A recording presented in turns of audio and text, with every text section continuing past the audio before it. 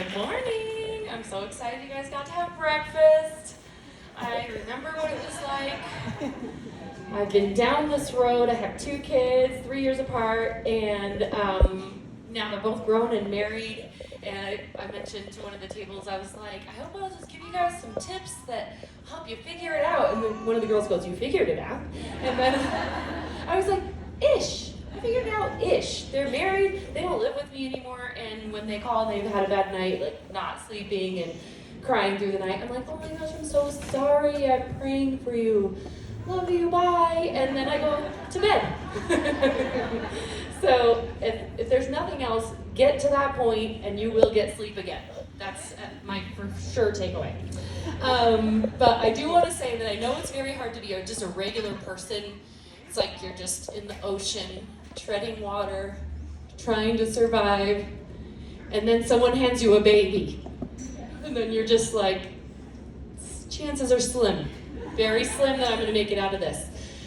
So my goal here today is to share with you some coaching strategies, because when I learned these coaching strategies, it put words to all the things that I had come across, stumbled upon, been taught by God himself, all these different things that had happened to me kind of helped me get through motherhood and still be a human afterwards. And I wanted to share them with you now that I have wording to put with it. So my strategies are here to help you become a better person and a better mom, and I'm calling it Coach Yourself Like a Mother. Thanks for understanding my tongue in cheek. I do have a little sassy side, so there's that. But my mom story, my like me as a mom person story is that I was like that video where they say, I'm just like unattended all day. Does anybody know that I'm like a kid pretending to be an adult? Because I was 22, I think just by like a month when my baby was born, and I was squirrely and wild. I was clueless and busy and a lot of energy. And then I was like, I have to sit here all day and feed this baby and then not sleep and then sit here some more. I was just really confused, very confused, but I kind of had a vision for what I wanted to be. And I wanted to be present, I wanted to be available to my kids, and I wanted to be like there and steady and do the whole thing. Stay at home with them, teach them all the things, brain development, wisdom. Thankfully I didn't have tablets to contend with. This is so hard to do what you guys are doing right now. But long story short is like, I needed a lot of things. I needed, first of all, to grow up and learn things, but physically, if you were here last year, you heard my uterus fall out. Sorry about that, if you didn't know. But like physically, I was drained from having a majorly traumatic birth. Mentally, I was drained because I was trying to get used to doing the complete opposite from my nature. And then like spiritually, I was like, God, why did you do this to me? And that wasn't the case. But the fact is, like, I was really struggling in a lot of ways. And I think, so put this up, change the slides over. I was gonna say like, what is coaching? And then I was like, no, let's not do that. It's too much words, cross that out. And then the next one was like, here's the really thing. Like, I really want you to have things that will help you be a better mom. Okay, next one. These 3 things were top of mind when I thought of what would I want to share with you. And so the first thing is that you matter, like you are an important person, and that there's a lot of negativity that I hear from like, mostly the internet, but like from women your age, from women in your stage, from women in general, like just bashing on themselves or not believing in themselves. And so that's gonna be my first one. I'm gonna leave this one super vague. It's gonna be use BSC. What does that mean? You'll find out. And number 3 is using metaphor to learn. So let's go into You Matter. And I wanted to tell you guys something. Did you know that Lauren Daigle's song came out in 2018, You Say? You say I'm loved when I can't feel a thing. You say I'm strong. You say I'm, like, all the things that we need to hear. Like, I'm enough. I'm gonna be okay, even if I can't feel it myself. That song has been number 1 since then until last year, and then it fell all the way to number 2. This is a message that everyone needs to hear. Like, you're in the car, You don't think you can make it through the next thing that you have to do, whether it's a Target trip or a grocery trip or a visit with people that you have to try to pretend that you're okay when you just got done crying. Like, we need to hear that we're loved, that we're gonna be okay, that it's normal to feel like this. And not only that, but you can feel so many emotions at once and feel like, oh, how are you feeling? You're like, I'm good. Good covers like 400 words that could explain what that feels like for you. And so I just want to say that you matter. Like, I can't quite read this, it's kind of small. It matters what you say about yourself. The tapes that you're playing in your head, the things that people have said about you that you keep replaying, those things, you don't have to keep saying them. And the reason you keep saying them is because you believe it, but you don't have to believe it. You have to put Lauren Daigle's song on repeat. Let's get that sucker back up to number 1 because you need to know that. Like, you need to find a way to train your brain that you are valuable, you are loved, you are beautiful, no matter if you have a bump here or a bump here, okay? Do you believe what Jesus says about you? Did you know Jesus is right 100% of the time? Did you know that he doesn't make anything that's not valuable?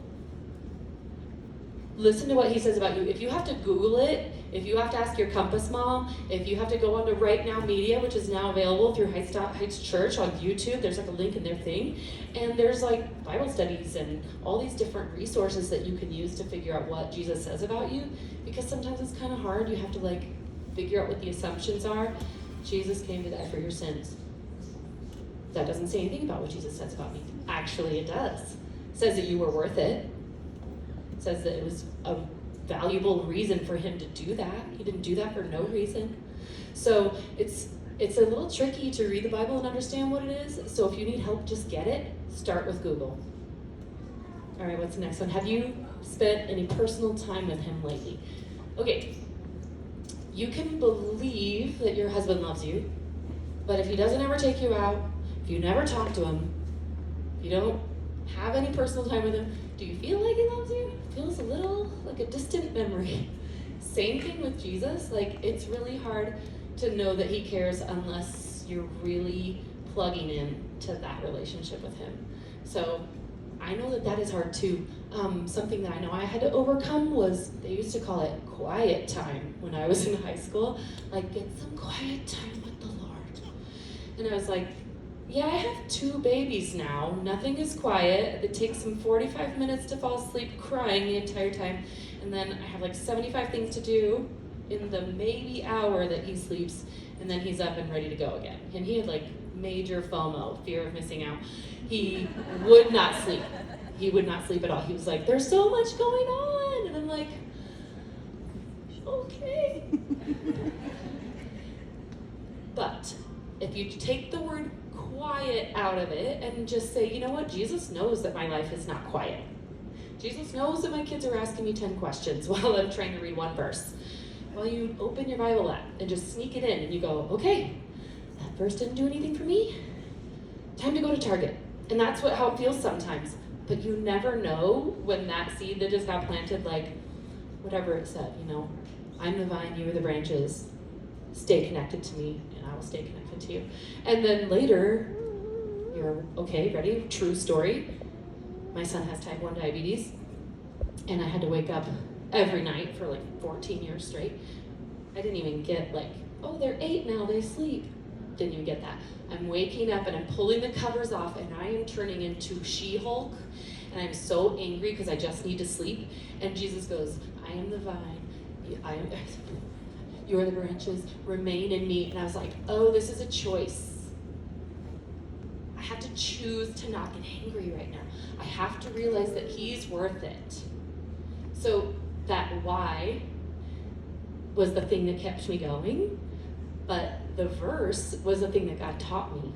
Like inside, if I could tell you something and you learn it, that's one thing. But if you learn something from the inside because the Spirit speaks it to you, it changes your life.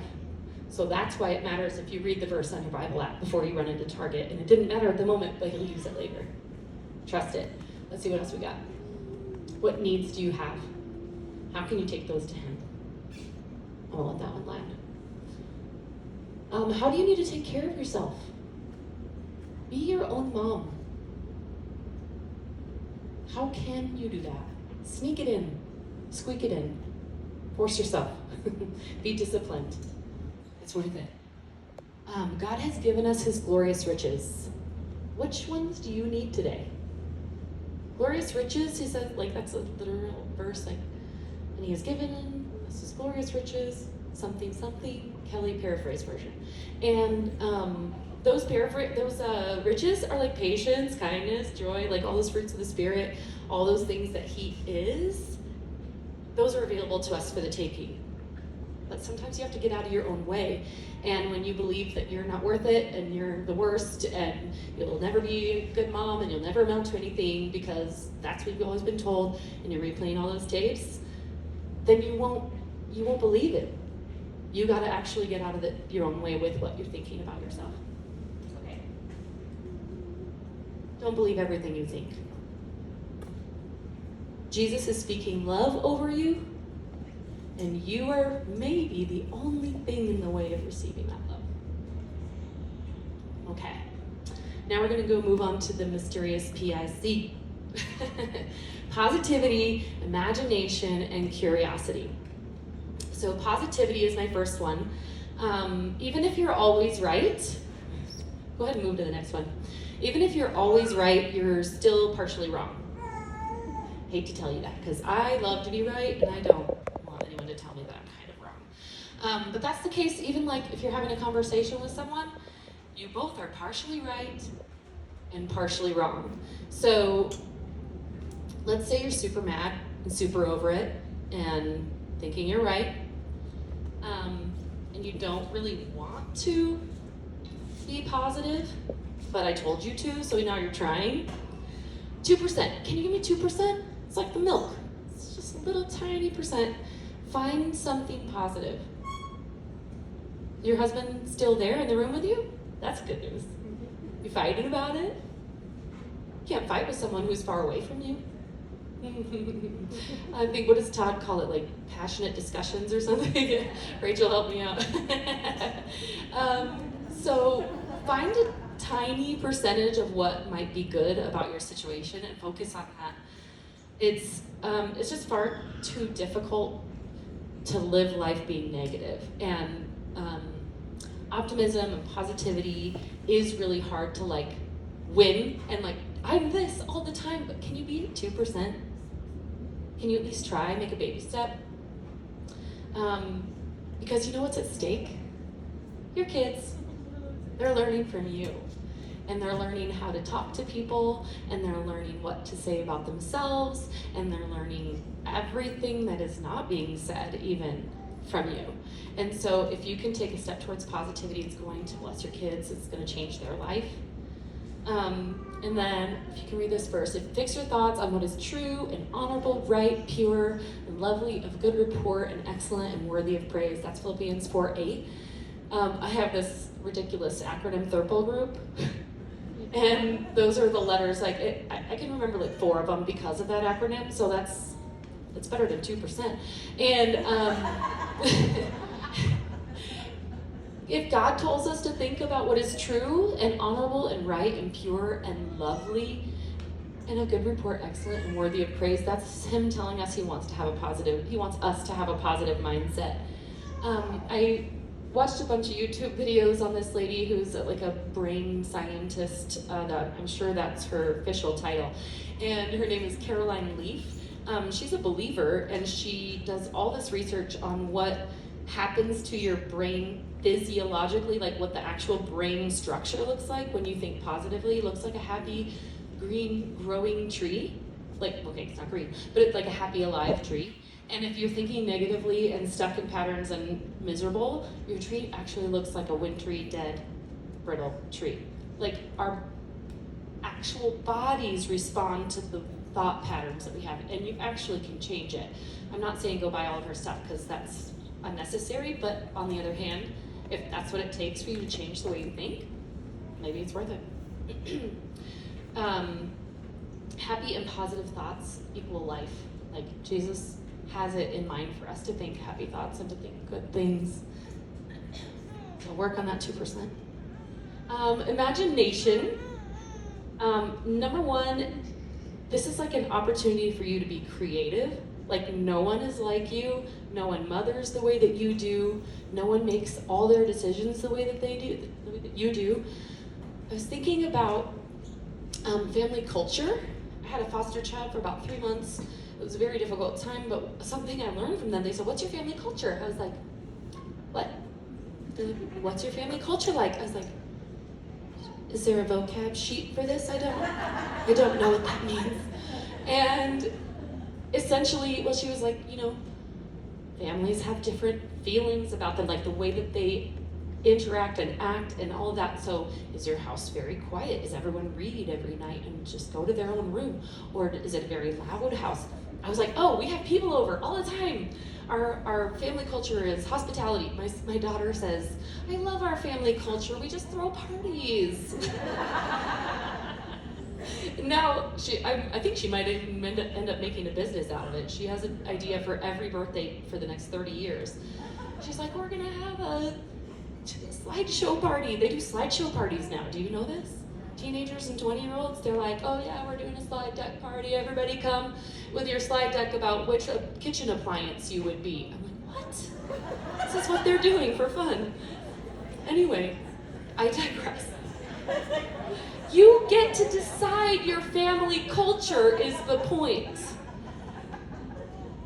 If you watch Yellowstone, John Dutton said the time to consider the consequences is before the fight, because Rip kicked somebody's butt and then he died. And he said, the time you decide the consequences, the time you think about the consequences before the fight. You have a family you're building right now. What kind of family culture do you want? Do you want a family culture that says, "Good job, everybody. We made it through the day. Hey, what did you do today? What was exciting about math class today?" Like, you guys get to decide. We played games around the table at dinner. We would put an item in a sock. And don't look at it. So fun. What do you think it could be? It's a golf ball. I don't know, whatever. No, it's a lime. Check it out. What color is it? What does it smell like? You just make it fun. Like, teach your kids. Have fun, make it memorable. Like, my kids remember that time like it was Disneyland at home. So I just want you to remember that you have choices about how your family culture is, and it doesn't take a lot of effort. I always say this. Are you ready? If you want your children to know something about your family, like Garashays do this, brainwash them before they're 10. They start to get their own opinions. They're like, nuh-uh. At 11, they're like, no, we don't. Not me. But if you do it before 10, they're like, oh, you know what? Garashays play games at the table. So brainwash them before they're 10. That's my very, very good advice. Okay. Think Like an Octopus. It's a book. I didn't read it, so I don't really know if I can recommend it, but the title itself helps us get out of this or that thinking. So you might say, as a human, on this hand, if I play games, then I have to plan something, and it's annoying for me because I don't like games. But on the other hand, my kids will love it, and I'll be the hero of the night. But if you're an octopus, you'd be like, and on the other hand, I could ask my husband to come up with an idea. And on the other hand, you have 8 hands. But don't go more than 8, because then you're overthinking.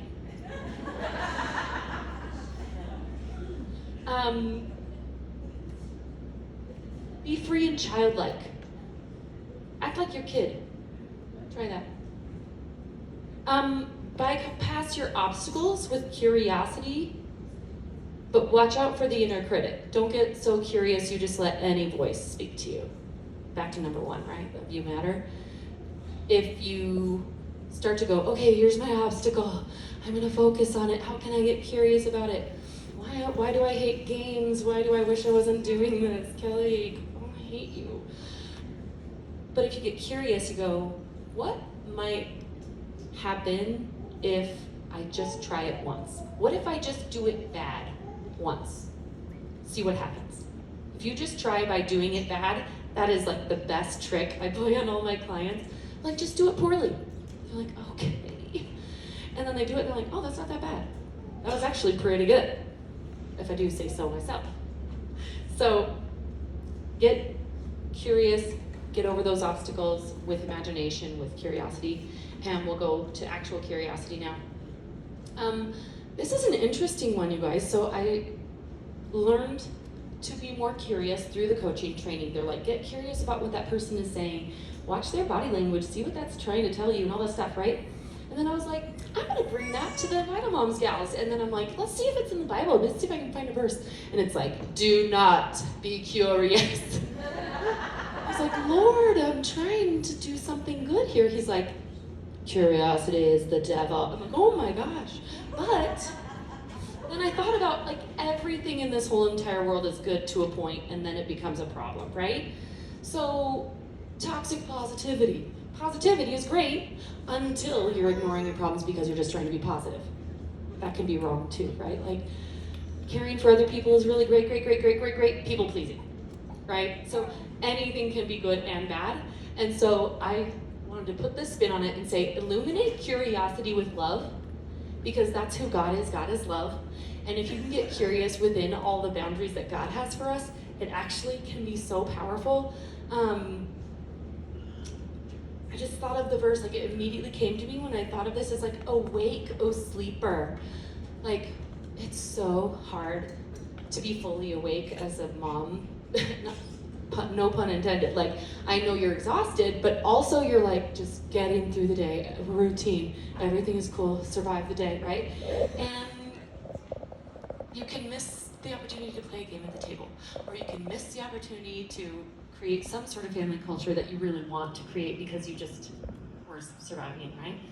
But the point is that you can wake up to wonder by being more curious, and being more curious within love. So I wrote down a few examples. If you're having a relationship with somebody, curiosity has benefits there.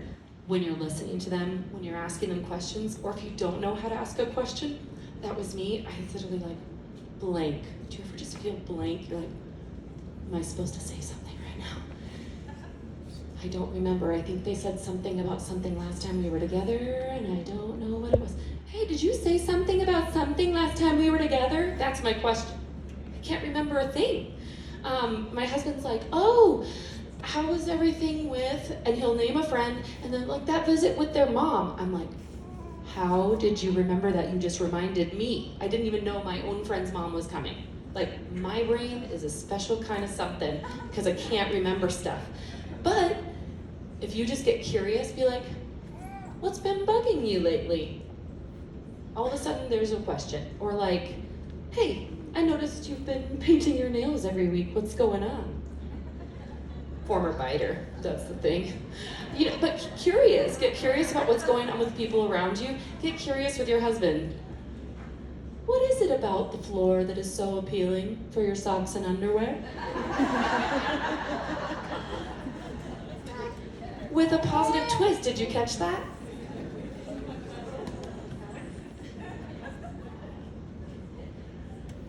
Okay, for your own behavior, why did I do that? Why am I doing this? What do I want to do? If I did want to do something, what would it be? Sometimes you don't even know what to do anymore because you don't have any free time. What did I used to do that I might still want to do? Get curious about yourself, because it opens up to the possibility of change if you want change. Honestly, we're all here to change and grow in life, and getting curious about yourself really opens you up for that possibility of change. For others' motivations, I mentioned the floor and the husband, but like getting empathy and compassion for someone can come from a place of curiosity. Like, wow, I wonder what it's like to be them. Coaching trick, ready? You sit in the chair and you think about the other person, you think all the things.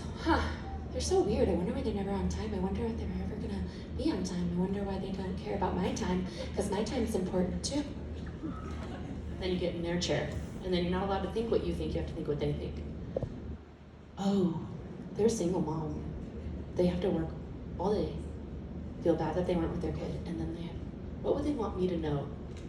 They're just doing the best they can, right? That kind kindness and compassion can come from getting curious about what it's like to be them. So that's called like the other chair. And then get up out of the chair and look at the two chairs and say, what do we have together? We both really need some community.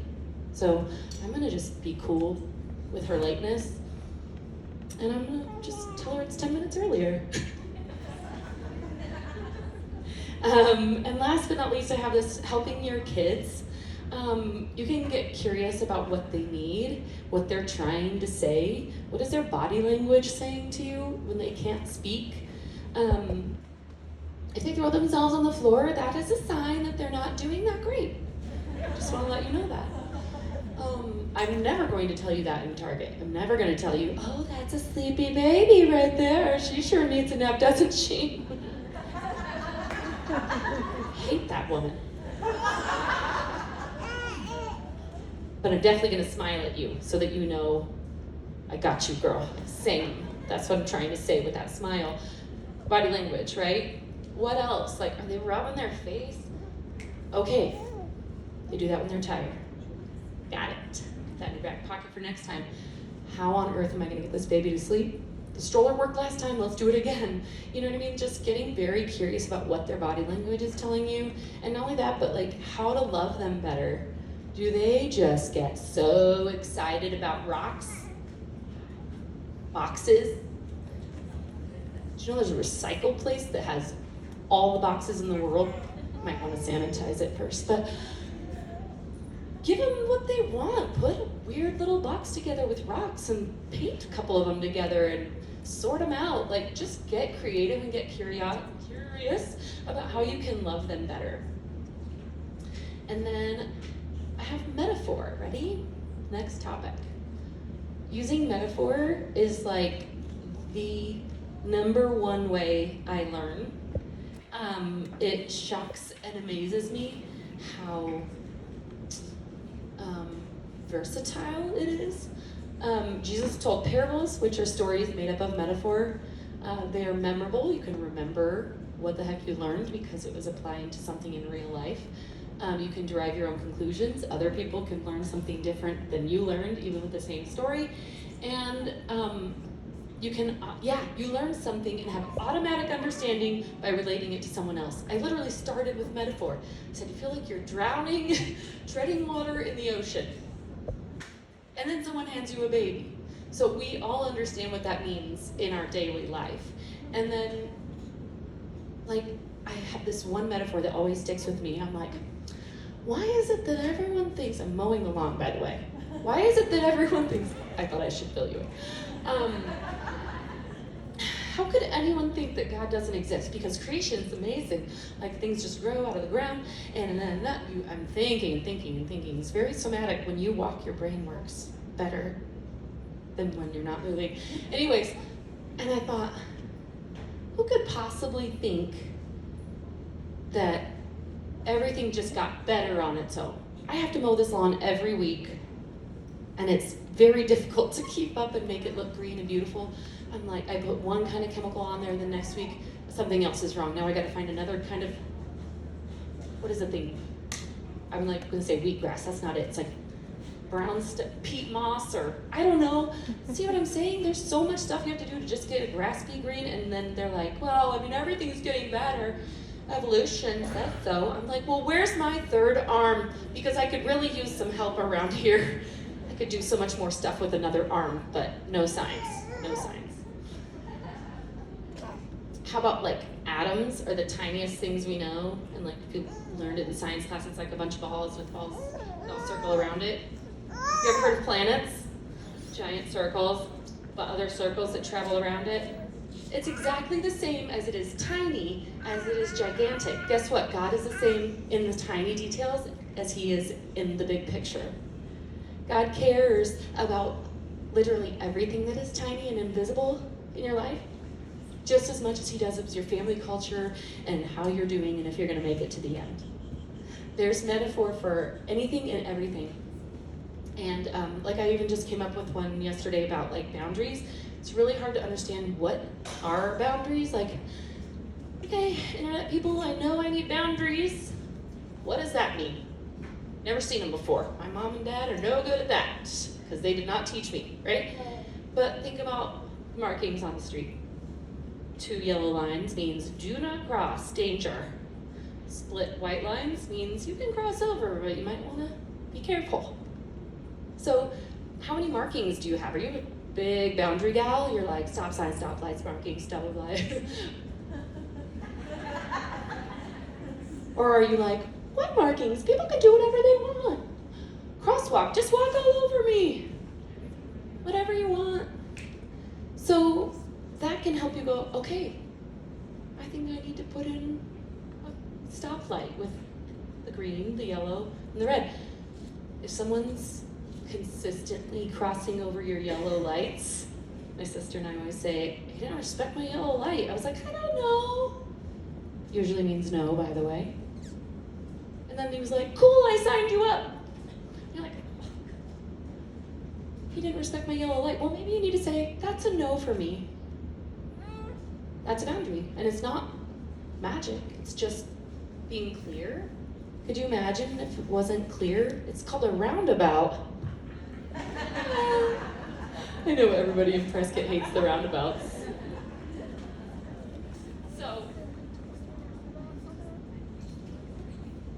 So I provided this little magical tool.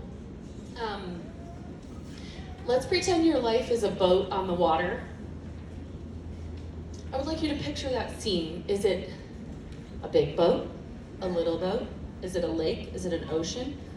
Is it a gross, disgusting, yucky pond? Is your boat in any kind of condition to be boating? Or is it got a hole in it? Do you have a steering wheel? Is it doing all right? This thing doesn't work. I'm trying to steer it. It doesn't work. Or are you just bailing water all the time? Are you even in the boat? Are you out here with the baby? Honestly, there's been times when I didn't even know how I was doing. I have a hint to think it was either postpartum depression or along the way, different times in my life, like high functioning depression. Like when you find yourself in the shower and you haven't moved for a bit, like, oh, I'm showering. You've been standing at the sink and the water's running, and normal you knows that you should shut the water off, but the part of you that's coping is like, you didn't see my eyes were crossed. You just lose your ability to notice what's going on with you sometimes, and that's normal too. But that's what this is for, and it can be used at all times of life, but I feel like it's really the most important when you're kind of that lost.